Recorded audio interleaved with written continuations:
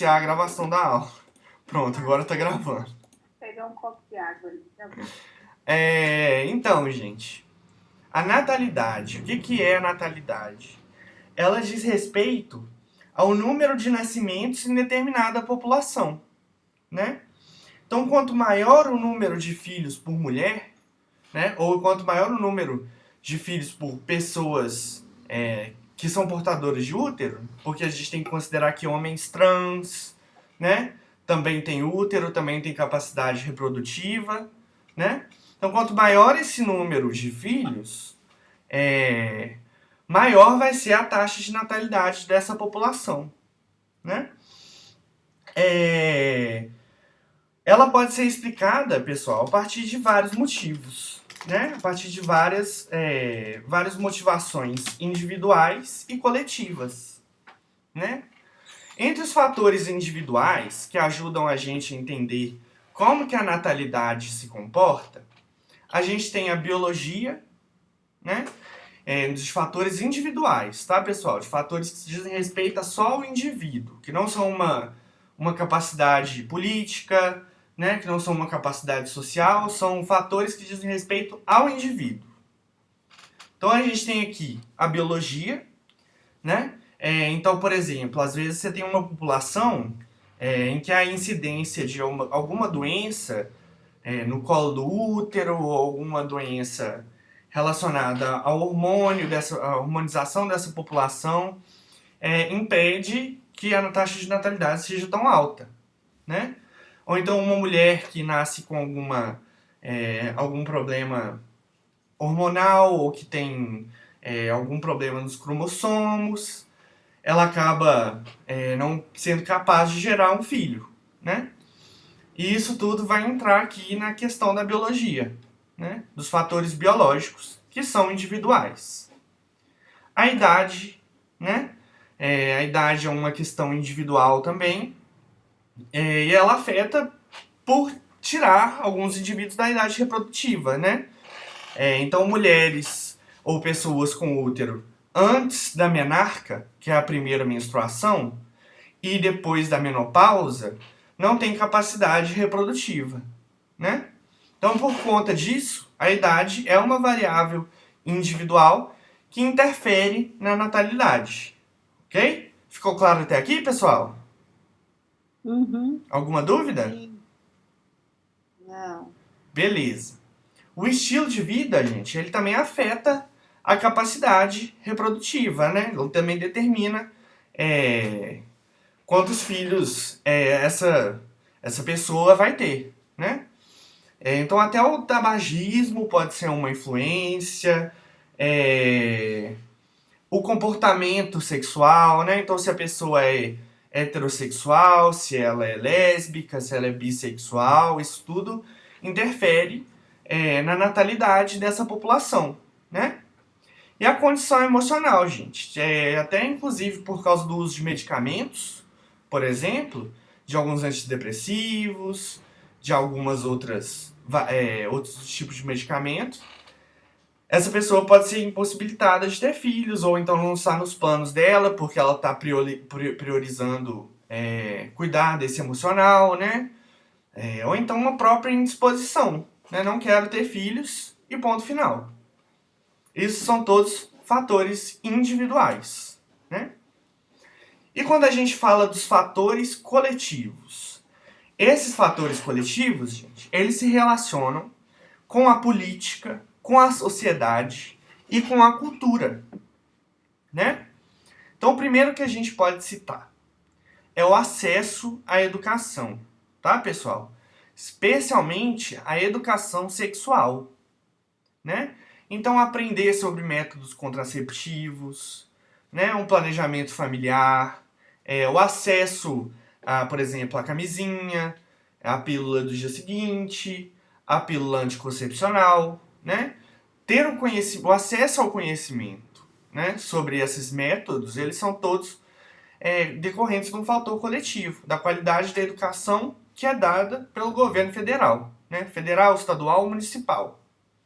Então são fatores coletivos que vão acabar incidindo aí sobre a taxa de natalidade, o acesso da mulher ao mercado de trabalho, né? Da mulher ou das pessoas com útero em geral, né? O acesso da mulher ao mercado de trabalho, ele vai delimitar, por exemplo, a vontade dessa pessoa de ter filhos, né? A capacidade dela de ter filhos. Então, às vezes, por ela ter um plano de carreira, por essa pessoa ter um plano de avançar no trabalho, ela prefere não ter muitos filhos para não ter que dividir, né, essa vida e não se sobrecarregar, né? Então a gente já percebeu que o acesso ao mercado de trabalho ele influencia no tanto de filhos que uma pessoa vai ter, né? As políticas de controle de natalidade, né? Então a gente tem aqui um exemplo muito bom. Vocês já ouviram falar das políticas de controle de natalidade na China, gente? Já. O Já que vocês já também. ouviram falar sobre? Sim. Alguns anos atrás era limitado, né? Isso. Cada um podia ter só 2 filhos. Só que agora a população velha tá ficando maior do que a jovem. Então agora Uhum. eles podem ter 3. Exatamente. Se existe também um controle até do sexo biológico, né, dessas crianças, né? As meninas, elas eram vistas como não eram vistas como preferência, né? Eles preferiam ter filhos homens e existia uma política de controle muito rígida, né? Inclusive tem um livro, gente, interessantíssimo. Eu não cheguei a ler ele ainda, mas uma amiga minha leu e diz ela que é muito bom, que chama As Rãs. Eu vou colocar no chat aqui para vocês, na conversa aqui, que aí se alguém quiser procurar, ele é uma perspectiva muito diferente, né, sobre a questão Peraí, gente, deixa eu só fechar a porta aqui rapidinho. Já volto. Ela é uma perspectiva muito diferente do que a gente consome normalmente sobre a China, né? E ela tem uma pegada mais crítica, um olhar mais... Essa gatinha lá tá assistindo. Eles estão tudo aqui no meu redor. No meu redor. Ele tem uma visão de dentro da China, né? E ele, assim, ele faz parte do regime, o autor, ele estava envolvido com o regime, mas ele, ao mesmo tempo, é muito realista com o que acontecia com essa política do filho único, né? Então ele traz essa questão com um debate muito bacana, muito enriquecedor.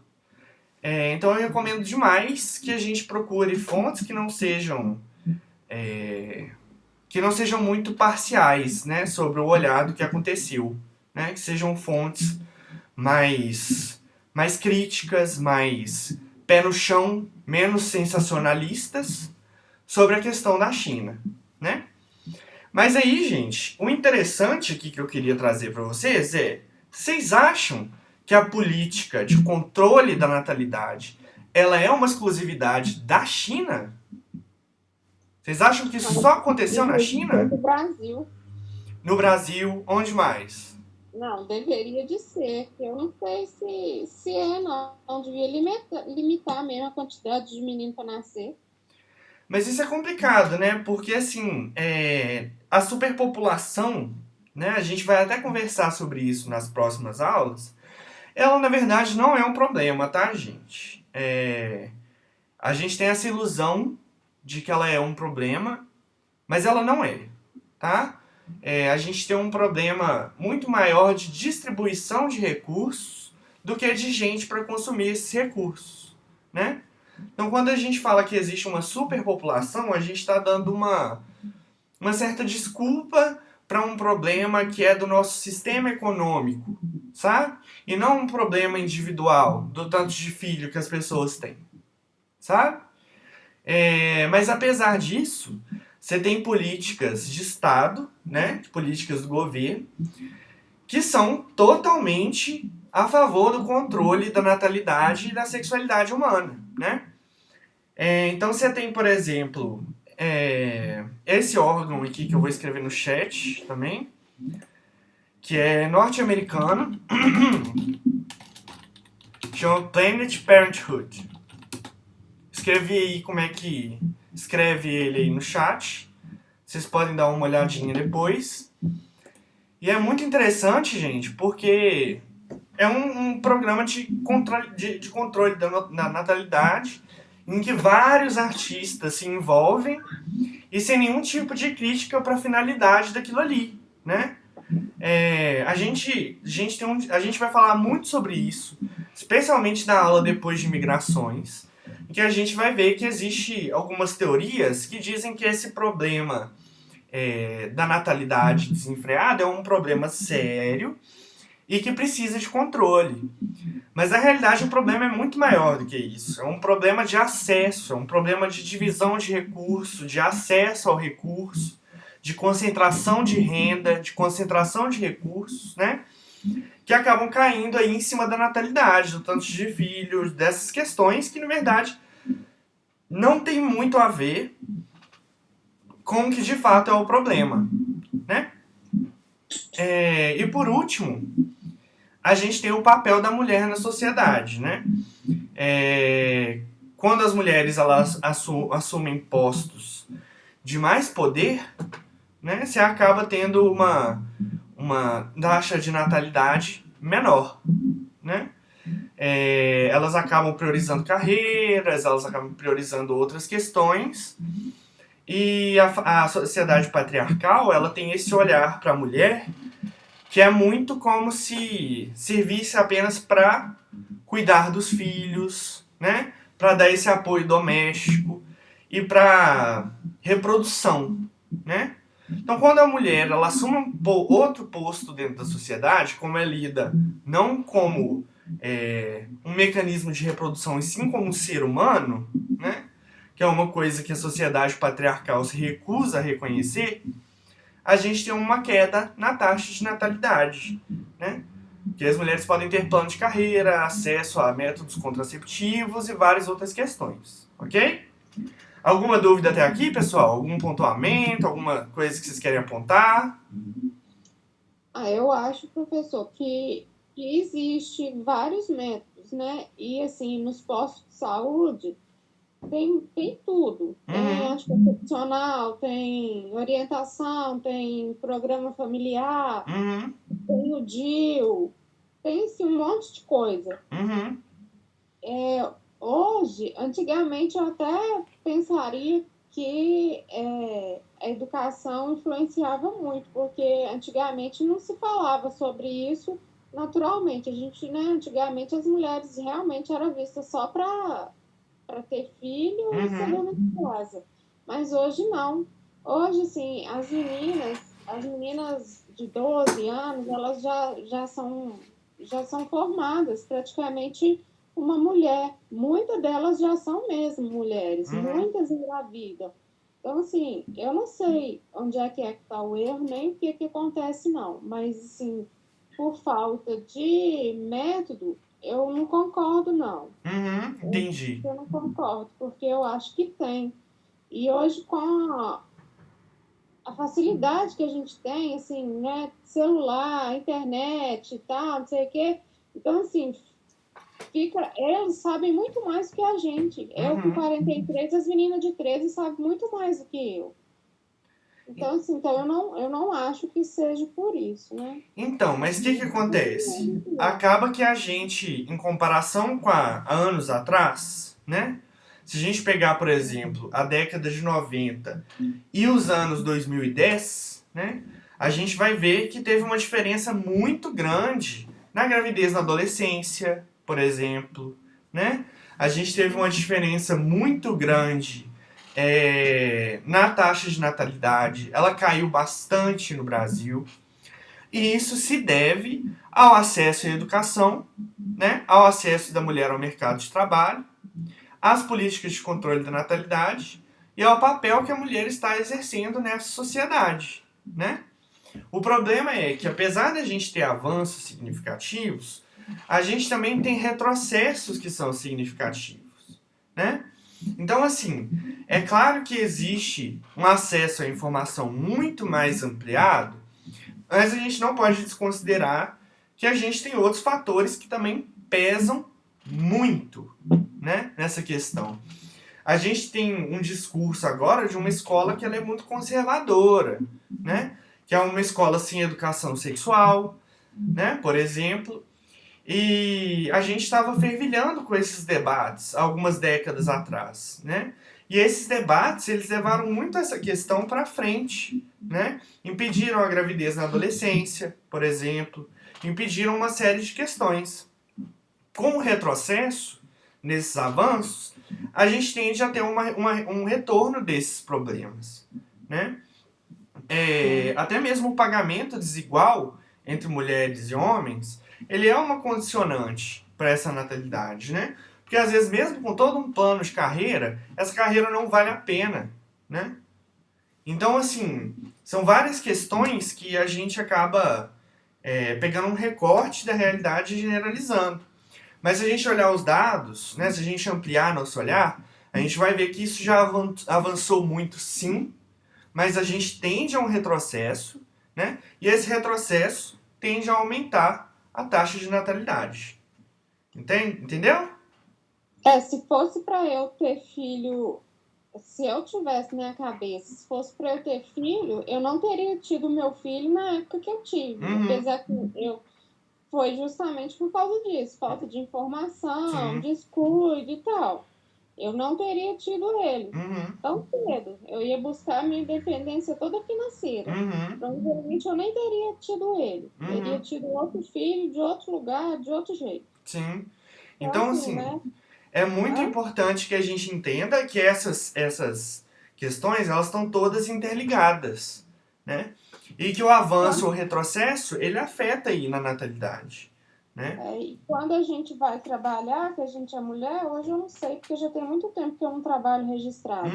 Mas se a gente tivesse filho, a gente já ficava por último, sem contar que ainda tinha o auxílio, um bônus de família para quem tinha filho uma certa idade lá, tinha um filho lá. Então, por aquilo, a gente já era excluída. Eu acho assim, nesse caso agora, as mulheres evoluíram mais de primeiro construir a carreira delas, a independência, para vir ter um filho, né, mais tarde, e aí tem só. Aí é onde eu acho também que aí o índice de... Como é que fala? Natalidade. Só não vai crescer tanta população, né? Tem uma frase de uma autora que chama Simone de Beauvoir. Ela diz que durante uma crise política, econômica, social, os direitos das mulheres são os primeiros a serem questionados. Sabe? Então acho importante ter isso em mente. Não é porque a gente já avançou muito que a gente não pode retroceder. Né? Mas continuando, gente. Pra gente calcular a taxa bruta de natalidade, né, de uma determinada população, então a taxa pura, né, a gente vai fazer o seguinte cálculo. Número de nascidos vivos vezes 1000 dividido por população média do ano.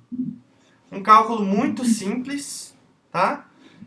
Vocês não precisam decorar isso aqui, eu vou colocar para vocês nos exercícios essa fórmula aqui, mas é bom lembrar, né? Não é muito difícil de lembrar. E é um cálculo bem simples de se fazer, ok?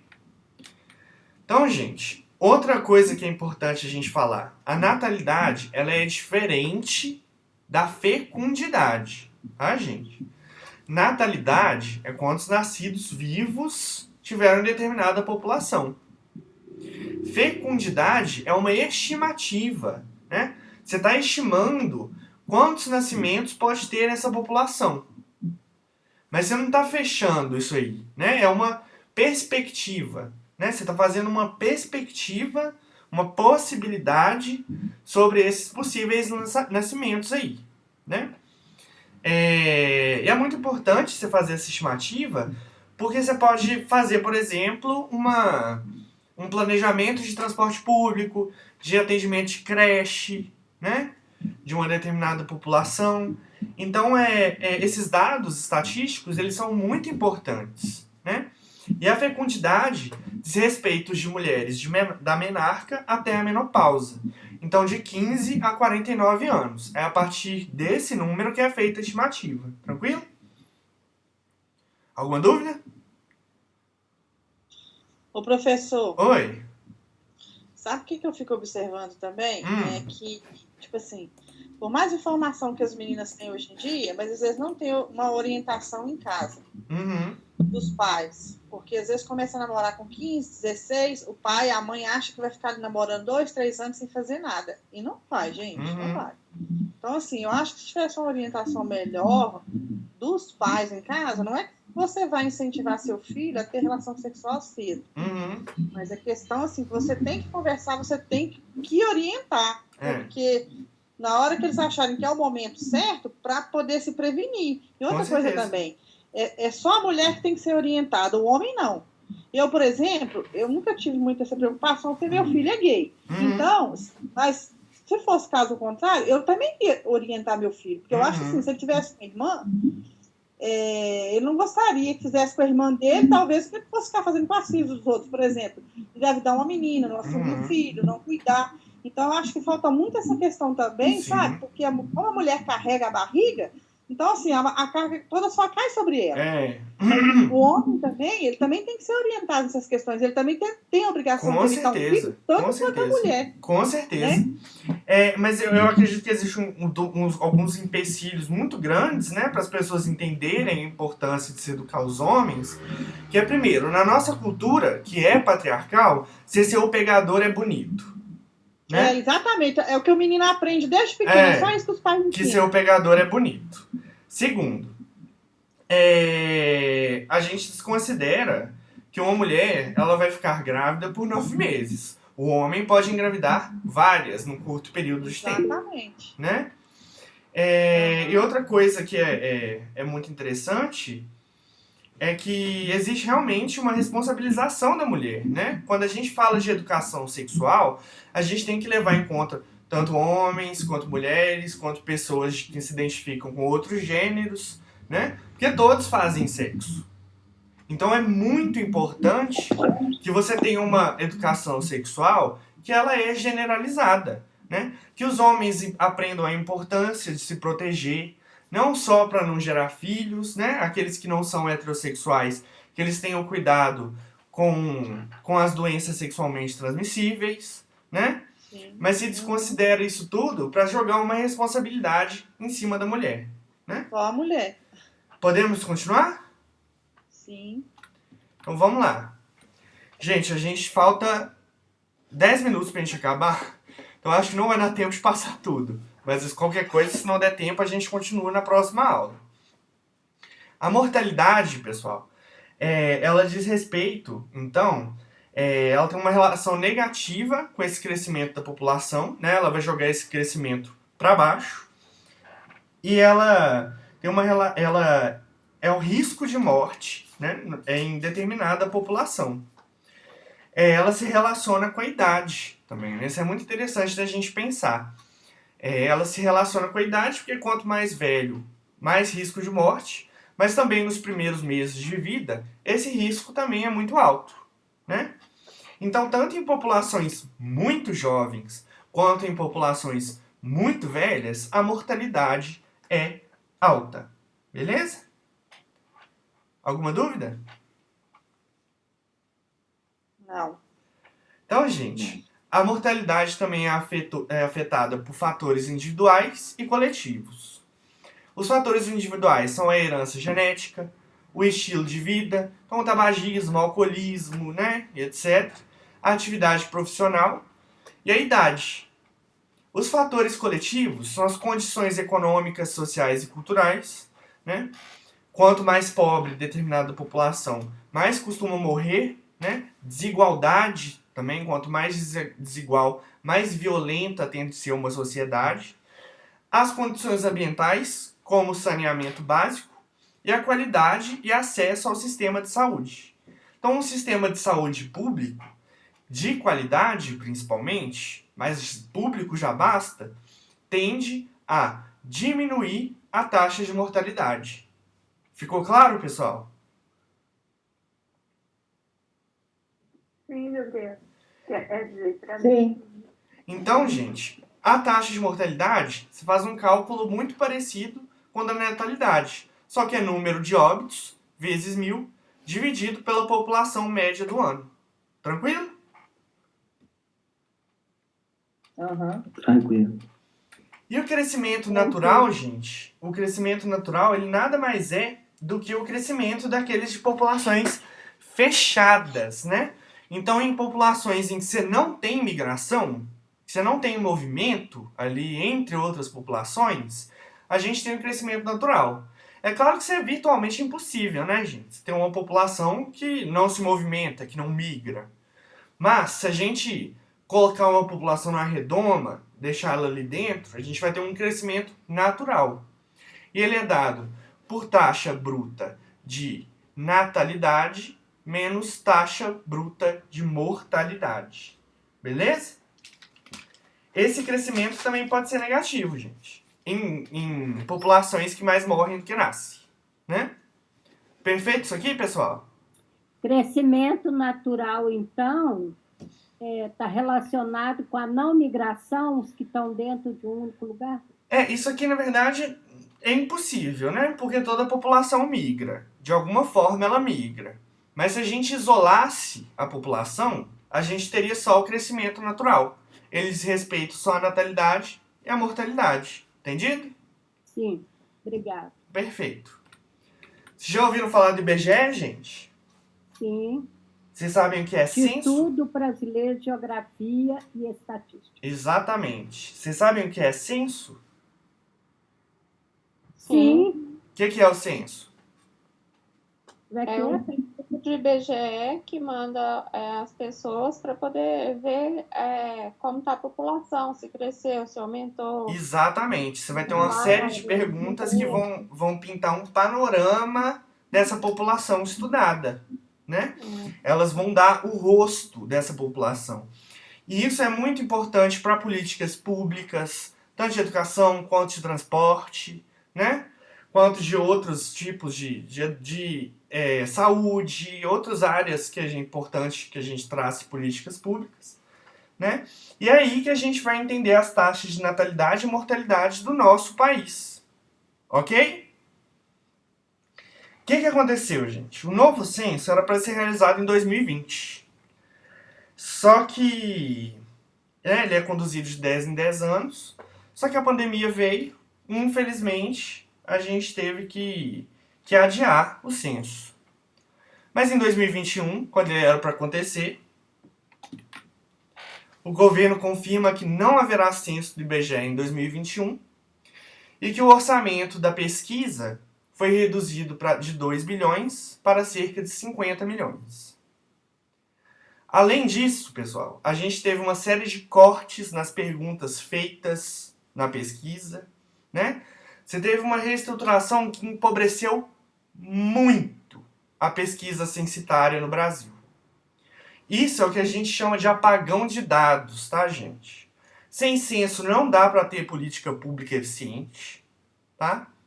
E sem censo a gente não tem o rosto desses últimos 10 anos, né? A gente sabe que o país... Oi? Eu tinha subido, não vi ninguém, não vi nada, só ouvindo você. Então, gente, a gente sabe que o país ele empobreceu muito, tá? A gente, inclusive, voltou para o mapa da fome. E aí eu queria terminar a aula, né, com essa reflexão para vocês. De qual vocês acham que é o interesse, né, por trás de sucatear, né, acabar completamente com o censo, né? Qual é o interesse de mascarar o rosto do nosso país nos últimos anos, né? É isso. Falta 5 minutos. Eu corri aqui no final para dar tempo, porque A aula que vem vai ser muito extensa também.